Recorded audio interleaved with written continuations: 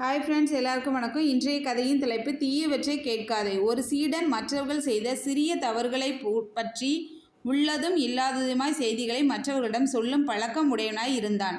அதை குரு கண்டித்தார். ஆனால் அவனுடைய செய்கையின் தீமை அவன் மனதில் ஆழ பதியவில்லை என்பதை அறிந்த குரு அவனுக்கு ஒரு பாடம் புகட்ட வேண்டும் என்று நினைத்தார். அவனிடம் ஒரு பஞ்சு மூட்டையை கொடுத்து ஊரின் மையப்பகுதியில் சென்று காற்றில் ஊதி பறக்க விட்டு வா என்றார். அவர் கூறியது போலே காற்றில் பறக்க விட்டு வந்தான். அடுத்து, நீ பறக்கவிட்ட அனைத்து பஞ்சுகளையும் எடுத்து சேகரித்து கொண்டு வா என்று கூறினார். அது எப்படி முடியும் குரு? அவையெல்லாம் காற்றில் பறந்து போய்விட்டதே, நான் எங்கு சென்று தேடுவது என்று கூறினான். மற்றவர்களை பற்றி என்னென்ன வதந்திகளை சொல்லி பறக்கவிட்டு வந்து இருக்கிறாய்? அவை யார் யார் வாயில் எப்படியெல்லாம் மீண்டும் திரிந்து என்னென்ன விளைவுகளை ஏற்படுத்தி இருக்கின்றனவோ என்று கூறினார்.